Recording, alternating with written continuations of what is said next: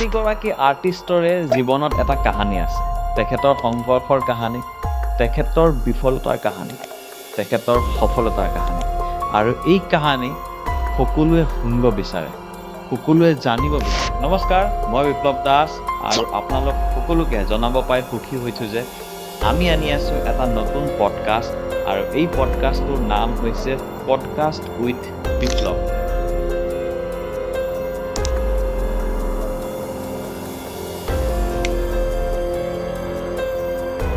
এই পডকাষ্টত মই জানিবলৈ চেষ্টা কৰিম প্ৰতিগৰাকী আৰ্টিষ্টৰে কেতিয়াও নুশুনা কোনো নজনা কাহিনীবোৰ।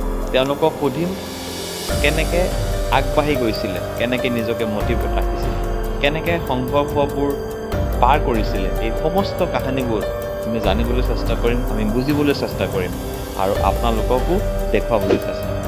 আশা কৰিছোঁ আপোনালোকে আমাক মৰম দিব, আশীৰ্বাদ কৰিব আৰু আমাৰ চেনেলটো আঁকোৱালি লয়।